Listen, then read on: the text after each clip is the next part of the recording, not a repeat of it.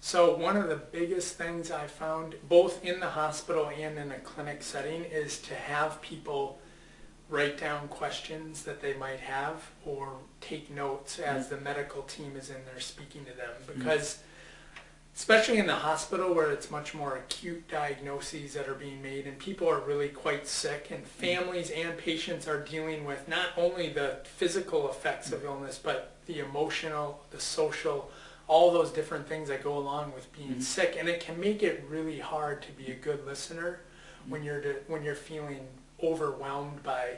the sadness of your loved one dying in the hospital or finding out that they have a diagnosis of lung cancer. Those kinds of things are very distracting, and rightfully so, because they're real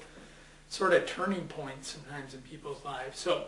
I always tell, if I would go into a room and there's a couple of family members there, I always suggest up front, it might be a good idea for one of you to just take some notes on things that we're talking about right now. The other thing I'll do is when I'm leaving the room, and there's a family in there and we've just sort of finished up an interaction, I say, right now if you think of questions or anything like that, write down those questions, and then when our medical team comes in, we'll be able to address some of those. And then when you come into the room the next time and people have sort of thought through some questions that are sort of on the front of their mind, that helps them listen better too, because they're able to kind of ask their pointed question.